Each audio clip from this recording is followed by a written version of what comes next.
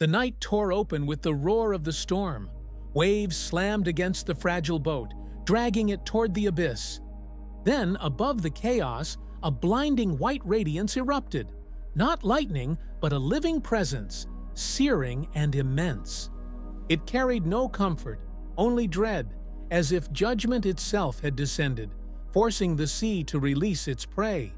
He had been born on the coast of Cyrenaica, where the wind from the sea carried the sharp scent of algae and the rust of forgotten piers, and where desert dust sank into the pores of the skin with the same stubbornness as rules and prohibitions pressed into the bones of destiny. His name was Muntasir, and in his youth he believed that the shore was a fortress and the waves a barrier, beyond which there existed another, foreign world, full of storms that never touched him. War dismantled these beliefs piece by piece, as if they were rotting planks of a ship. The fishing boats vanished first, taken away by the absence of safety and the collapse of trade. The uncle's warehouse closed its doors, swallowed by silence and ruin. Relatives scattered along paths marked by fear and hunger. His home turned into a fragile mark on the ever-shifting front lines, his yard into a passage for men in uniforms and men with no names, and his heart into a desert where no plant could root. Each evening he climbed to the roof, watching the horizon darken, the blue of the sea thickening into the black of ink, as if someone extinguished the light above his city. Around him prayers rose like smoke, constant and repetitive, their words no longer alive but mechanical, woven into the air like the rhythm of surf. They carried a weight of habit rather than faith, and he found no shelter in them. In that monotony of sound he understood that his geography had ended, that what surrounded him no longer belonged to him. A geography of despair was carved into him instead, shaped by absence and fatigue, formed of the dust of collapsed roofs and the silence left by the dead. The days stretched like the desert itself, unbroken, merciless, offering nothing. Hunger etched shadows onto his body, making his movements rigid and slow.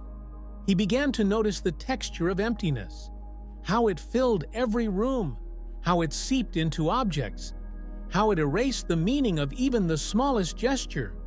He could not remember the laughter of his cousins anymore, nor the stories his father told at dawn when fishermen returned. Time collapsed into a cycle of waiting for what would not arrive. The only certainty was the tightening grip of loss. On the streets, walls bore the scars of bullets, but it was the faces that struck him harder, eyes dulled by repetition of fear, mouths carrying words that did not connect. Children no longer ran through alleys, their bodies shrank into corners, silent and watchful. The market no longer sang with voices or smells. It decayed into dust, only occasionally pierced by the brief cry of a seller trying to rid himself of what little he had. It was not just the city that was dying, it was the rhythm of life itself, every beat of it slowing into near stillness. He felt himself hollowing.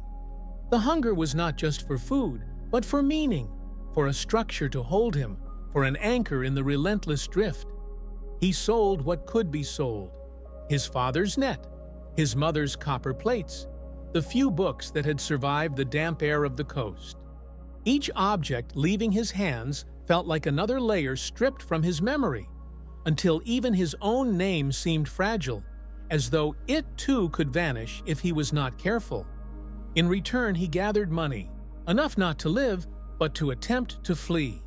He bought what could never be bought without fear, a place on a wooden vessel, crowded beyond reason, destined not for safety, but for a possibility, the faint promise of escape from drowning on land.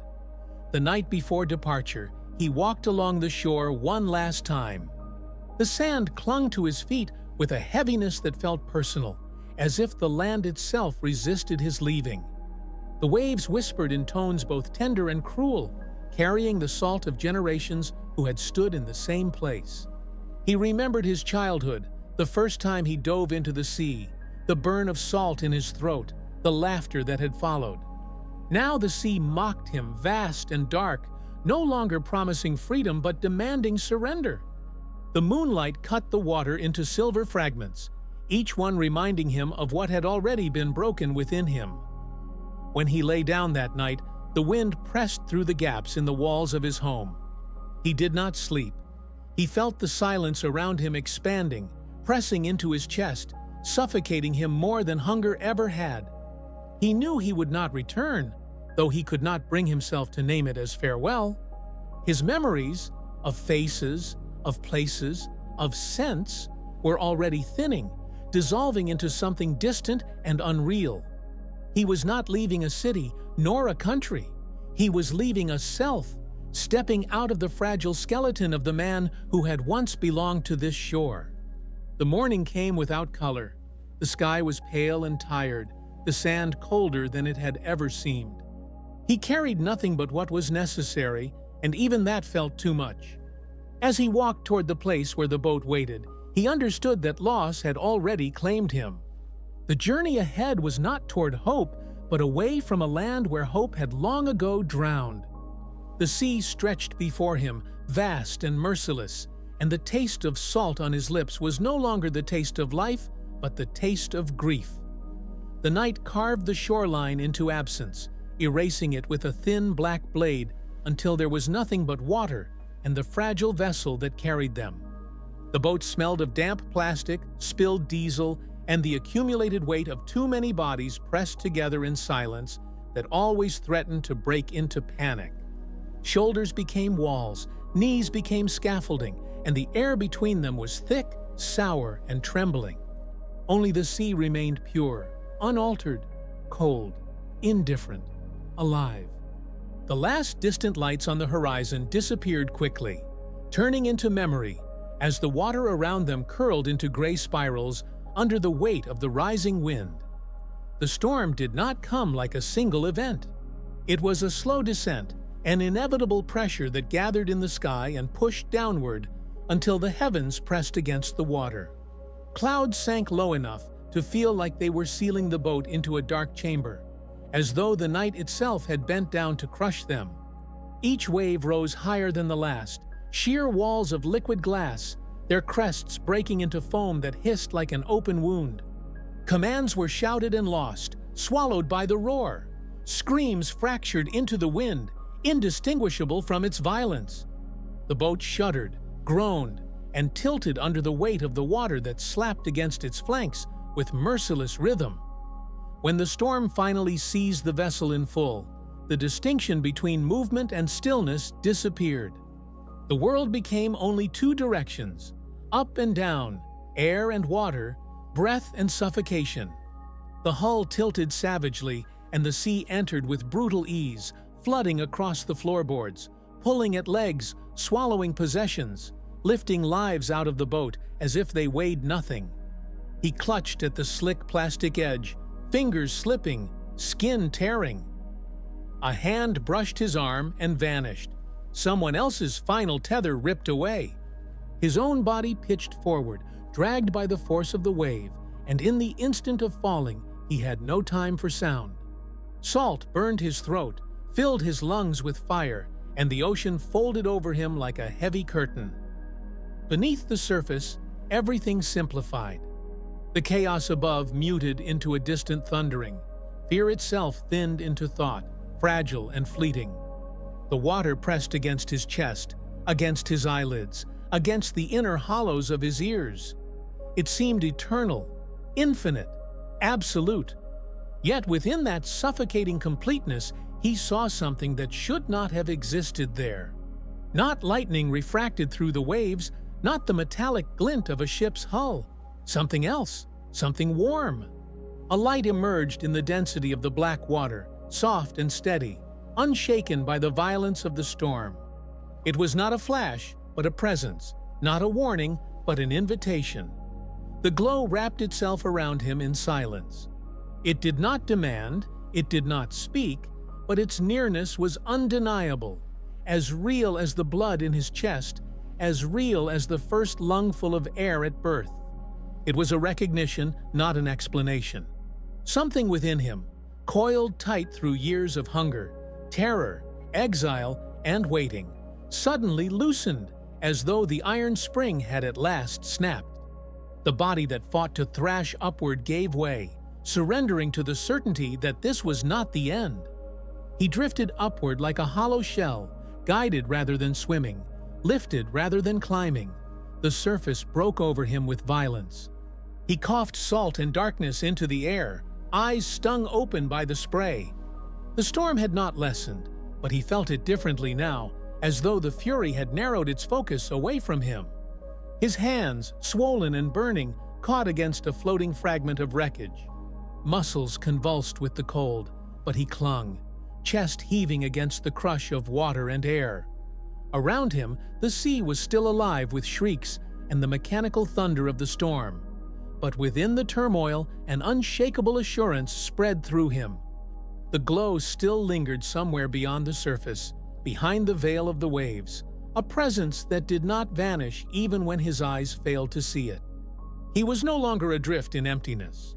Something had chosen to draw him out of the abyss, and in that moment, with the wreckage lifting and the currents pulling him toward the lights of another vessel, he knew it was not by chance. Hands reached down, ropes lashed around him. A beam of light seared his retinas as the sea was peeled back by search lamps. His body scraped against cold steel, the weight of the deck rising to meet him. The impact of metal against his ribs was brutal, but it was also final, grounding, proof that the world still held matter and sound. He collapsed onto the dripping surface, coughing up what remained of the ocean inside him. Above him the sky still convulsed, yet inside he carried something the storm could not touch. The knowledge that he had been lifted, not merely rescued, pulled back into breath and bone by a presence that was both impossible and undeniable. He woke to the mingled scent of thin soup and detergent. The room was white, almost sterile, with gray blankets folded neatly at the edges of each bed. The air carried the hollow echo of footsteps along the corridor, voices flattened by distance and routine. The refugee camp absorbed people in the same way the shore absorbed fragments cast up by the sea, without preference or ceremony, only with a system. Each object, each life, was tagged and filed. A number on a paper, a schedule taped to the wall, a ration card that replaced choice with regulation. The clock above the door ticked with an exactness that forced time into existence again. And though it mocked the weightless timelessness of the sea, it also offered a fragile comfort. He moved among the others like a shadow, standing in queues, taking his portion of bread and watery broth, memorizing the rules of survival in this artificial order. The body learned quickly, adapting to the noise that never ceased, to the sharing of space with strangers whose names blurred into a single mass, and to the silence demanded when words carried no weight or failed to find their place. His eyes caught faces, tired and restless, etched with the same confusion he carried inside, but he did not linger on them. The world here functioned on endurance, not on intimacy. At night, the camp changed shape. The overhead lamps on tall poles cast pools of pale light onto the courtyard, turning the gravel and fences into stage scenery. The darkness between them was deeper than the day's noise, and in that silence he returned to what had held him afloat. Not the storm, not the tearing sea, but the light. It had not vanished with the rescue.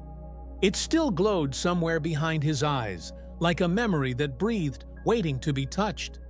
It was not the violent spark of lightning, not the accidental gleam of a ship, but something steady, warm, a core that remained after terror had broken apart everything else.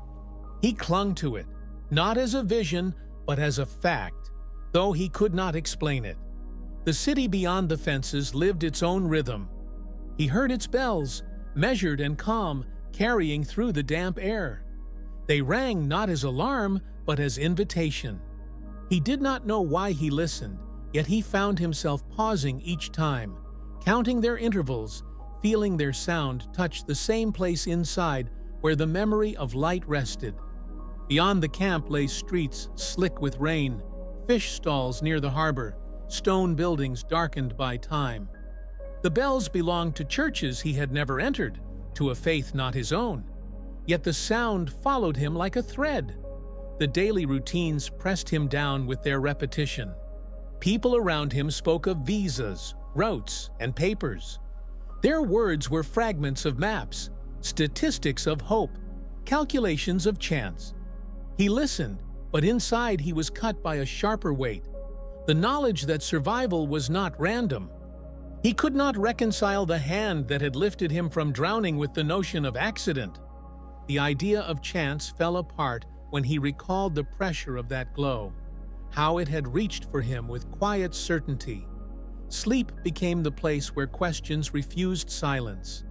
The dreams came without warning. At first he was thrown back into the roar of the storm, into the violent tumble of salt water and black waves, but the chaos dissolved, yielding to weightlessness, and there it was again, the light. It spread across him not with force, but with softness, as if it were woven into his skin. He felt it rest against his chest, like the warmth of the sun filtered through water. He woke shaken, but not in fear. The residue of that presence lingered, an imprint impossible to erase. In the long queues for bread and milk, pressed shoulder to shoulder with strangers, he touched that inner image as though tracing a scar. The clamor of voices dulled when he turned inward. The shouts of children, the scraping of chairs, the arguments over space, all of it receded when he brushed against that core of memory. For a moment he was stilled, as though the world's noise could not pierce the shell forming inside him. The silence was not emptiness, but fullness, a pause that breathed through him. He did not know what to call it, and perhaps naming it would have broken it, but he knew it changed the way he stood in line, the way he lifted his portion, the way he walked back across the gravel yard. The camp remained the same. Fences, lamps, schedules. Yet within it grew a question, shaped not by reason, but by experience. Why had he lived when so many had not? Why had he been seen, lifted, preserved? These thoughts swelled each time he faced the light in his dreams, each time the bells reached him from the city, each time silence rose like a tide within him. He did not share these questions aloud. They formed a territory that belonged only to him, an island inside the camp's regulated noise. He had entered the camp with nothing but a body dragged from the sea, but in the days that followed, he carried something more elusive, the awareness that his survival demanded an answer. The others chased routes and destinations, yet his steps were pulled toward something he could not yet define. He waited, silently, as if the world itself might lean closer and reveal it. Winter on the island did not resemble the desert, yet they were kin in their own way. Both knew how to strip away and test. The cold rain fell for weeks without pause, painting the streets in sheets of silver and making the ground into mud that clung to boots and slowed every step. The refugee camp grew heavier with the dampness, its white walls stained by watermarks, its air filled with the smell of mildew and tired clothing that never quite dried. Bureaucratic papers moved slowly from one desk to another, and jobs appeared rarely, fleeting like the thin intervals of sunlight between storms. He carried crates of fish packed in ice from the harbor, hauled trash bags that dripped into his shoes, dragged sacks heavier than his own body weight, and all the while the weight of a different kind settled on him. The emptiness he had fled began to dress itself in new forms. Waiting rooms, queues, rules, and boundaries that seemed invisible yet absolute. On one such day, the sea itself turned restless again. The horizon darkened until the line between water and sky dissolved into a single shifting wall of gray. Wind tore through the harbor, scattering gulls and breaking the rare shafts of sunlight into fractured shards that gleamed briefly before vanishing. Waves grew in size until they struck the seawall with the force of hammers, and authorities warned people to stay back from the shoreline. He stood watching, remembering the violence of waters that had already claimed so much, when he saw a boy near the breakwater stumble. A surge caught the teenager, lifted him as though he weighed nothing, and pulled him into the foam. The cries from the shore turned thin against the roar of the sea. His body remembered what to do before his thoughts caught up. His feet splashed forward, slipping on wet stone, the smell of salt biting into his lungs. The boots grew heavy, the planks of the pier slick with rain, but there was no pause. The memory of drowning lived in his blood, but so did something else, the warmth that had met him in his own storm. It rose now again, threading through his chest like a taut line pulling him forward. He moved as though guided not by fear, but by this heat, a light that had once pierced the depths and still whispered of direction. He plunged into the water, his arms breaking through the foam, his hands searching through the churning current until they closed around fabric. The boy's soaked jacket, clinging desperately to breath. The weight of another body tried to pull him down, the waves striking against his shoulders, but his legs kicked with a strength he had not known remained. He felt for the rocks beneath, found one slick edge, then another, his fingers raw and his lungs aflame. From the shore, strangers had thrown a rope. Voices shouted, blurred by the storm. The line brushed near, and he caught it with the same hand that held the boy. With a final surge, the current released them, dragging them back to stone and air. They collapsed on the wet ground, lungs heaving, the boy coughing salt and spitting foam. Around them, people gathered, their faces pale and wide-eyed, their voices rising and falling. But inside him, there was only silence. The storm still raged, waves still crashed against the wall, but he felt the same clarity he had known once before in the drowning night. It was not triumph nor pride, but a stillness that asked for recognition. The sea had tested its claim on him again, and again it had failed to take him. Later, in the quiet of his narrow bed, with the rain still thrumming on the roof above the camp, he stared at the small book that someone had given him, along with a warm coat days earlier. Its cover was thin, its pages worn by hands before his. He opened it slowly, reading with the halting pace of someone trying to reclaim a forgotten language. The stories spoke of storms calmed not by command, but by presence, of waters that obeyed a voice not raised in force, but in love. They were not distant myths. They read as echoes of what he had lived, what his own body already recognized as truth. The warmth he had followed in the water matched the words he now traced with trembling fingers. Night after night, he returned to it, reading slowly, as though each line were a step into a language his soul already spoke, but his mind had to relearn. The rain outside blurred into rhythm, the sea continued to rage, but inside the room the silence grew wider, deeper. Life had been spared for him twice, and with each spared breath came the unrelenting question, why? The emptiness pressed harder now, not as void, but as summons. Boundaries of land, of language, of faith, of self were no longer the same. They cracked, just enough for light to seep through, demanding he look closer. The storm outside would pass. Papers would move again from desk to desk.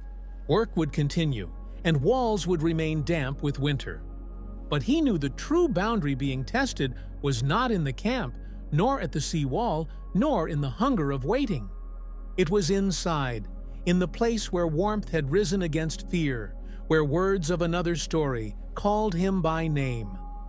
Spring arrived quietly, softening the sharp edges of the wind that had ruled the island for months. He was offered temporary work at a warehouse near a small church by the port. The building itself was unremarkable, but the air inside carried a distinct fragrance of wood, wax, and damp rope. Each breath filled his lungs with a layered mixture that reminded him of home, in a way nothing else had done since he left. The smell of fuel, sea salt, and worn nets of his past merged with this new atmosphere, forming a bridge between what he had lost and what he was slowly finding. He swept floors, carried crates, and stacked boxes in neat rows. The rhythm of labor kept his body moving, but it was the silence between tasks that gave space for his thoughts to settle. He realized he no longer needed to constantly explain himself to strangers or justify his presence. The restless urge to be understood faded, replaced by the discovery of a point within himself that did not shift with the chaos outside. That inner point became the anchor by which he measured his distances from others, from fear, and from the fragments of his past. In the evenings, when the work ended, he sat by the river with scraps of paper. He began writing letters that were never meant to be delivered. One letter was to his mother, whose voice he remembered like a hymn. Another was to a friend who had vanished in the smoke of war. Sometimes he addressed himself, the boy who had once run barefoot across dusty courtyards, or the man who had nearly drowned beneath a violent sea. The words spilled slowly, deliberate and fragile, as though he was relearning how to speak truth in a language that could not betray him. These unsent letters became confessions deeper than any prayer he had spoken aloud. They carried grief, guilt, and gratitude in equal measure, and though no one read them, they began to lift the unseen weight that pressed against his chest. The decision he had been circling for months did not arrive with thunder or clarity. It revealed itself like the tide withdrawing from the shore, uncovering stones that had always been there, hidden beneath restless water. He realized that what he sought was not an escape, but a return to something that had waited for him. He asked for a name that meant message, a name that carried the weight of being called and being sent, and it was given to him without ceremony. The river at the edge of the city became his witness. Its current was calm on the day he entered the water. The cold surface closed over him with indifference, just as once a steel deck had received his collapsing body after the storm. He felt the chill press against his skin, seep into his bones, and then loosen. It was not death that touched him, but a different kind of birth. The water did not claim him, it released him. Rising to the surface, he emerged gasping, but the air felt unburdened, as though a long-carried weight had been left in the deep. When he stepped back onto the bank, the city around him looked unchanged. The warehouses still hunched near the port, the streets still echoed with carts and footsteps. The sky was the same muted gray. Yet within him the geography had shifted. The heaviness that once clung to his shoulders no longer belonged to him. It had sunk beneath the river, bound to a depth where it could no longer follow. What remained was not victory over enemies or storms, but the quiet realization that he had finally come home. The storms had given him their language, and now he carried it inside him. It was not the language of fear or survival, but of a presence that had met him in the darkness and remained when the waters stilled. The new shore was not a place outside, but the recognition that he no longer wandered. He had stepped into a life where his past was not erased, but redeemed, where the fragments of his journey aligned into a story that began not with loss, but with being found. Summer had returned with a slow warmth, and the island city once again became transparent and resonant, as though the air itself had been rinsed by rain and left to dry in sunlight. The harbor shimmered with ripples of light on steel hulls, and the narrow streets smelled of stone heated by the day. He remained at the warehouse by the small portside church, lifting crates, folding ropes, carrying sacks of provisions, his hands finding a rhythm in tasks that were neither burdensome nor empty.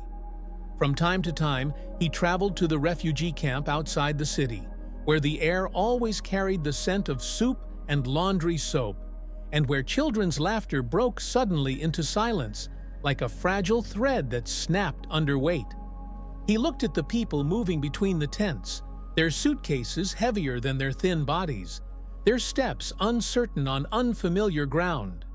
In many eyes, he saw a reflection of his own sea, not of water, but of the unspoken fear of being unneeded, of being homeless in more than one sense.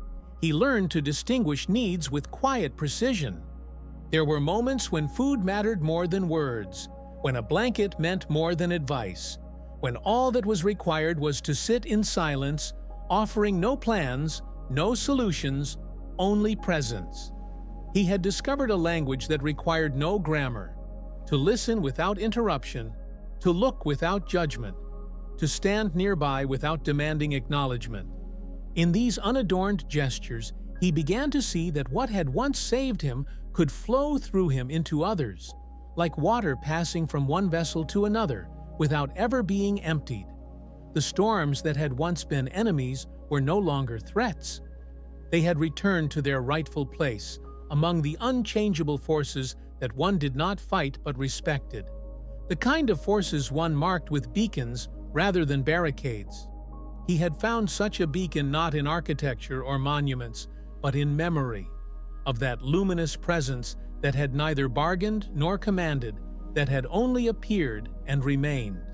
Each day the memory taught him small lessons, more enduring than lofty revelations, not to burn with words where people were already scorched by fate, not to shatter fragile paths with heavy truths, but to carry gentleness into places where even silence seemed sharp. It was the same warmth that had once touched him in the cold sea, defying the logic of despair, opening a door where none should have been. At times, when clouds gathered over the harbor and the wind pulled sharp lines across the water, he climbed the old breakwater and stood with his face to the gale. There he listened as the wind conducted a rough symphony, the ringing of bells from the church, the piercing cries of gulls, the deep pounding of waves against stone. Once the sea had been for him a sealed black door. Now it stretched before him like a road, wide and dangerous, yet undeniably real. He did not chase after miracles, for one had already been written into his life more indelibly than scars upon flesh. To live as a man drawn out of the abyss, not by chance but by intention, was enough. That knowledge lifted his shoulders more firmly than any official document could. The city received him without spectacle, through simple work, nods of recognition, and the occasional brief smile exchanged on the streets. The alphabet of this new land was built slowly, out of short words, cautious gestures, and long pauses that carried as much meaning as speech. Sometimes he left small notes on scraps of paper in the warehouse for those who came seeking a jacket, and departed with nothing but silence. The notes were not lessons nor exhortations, but markers, fragments of a map he himself had once followed through a storm. They said only this: where it is dark, doors may exist. Where the water pulls downward, light can be found. Where you walk alone, perhaps there is a quiet presence, unseen but nearer than despair. Evenings returned him to a small rented room overlooking the port. The walls were bare, the furniture modest, yet the single window offered him the slow movement of ships across the water, their lanterns flickering like distant prayers. At night he closed his eyes, and the same image always came. Not waves, not the fragile boat, but light itself, a light that had endured when both boat and storm had failed. It did not vanish when the lamp was extinguished, nor dissolve when sleep carried him elsewhere. It was not an event bound by time, but a source, inexhaustible and unyielding, waiting in both noise and stillness. To know it was to carry a document far stronger than any passport, one stamped not in ink but in permanence, declaring his right to begin again. No storm could revoke it, no hunger erase it, no foreign judgment diminish it. It was the one proof he needed, the silent seal that he had been given not survival alone, but a new life, written in light after the storm.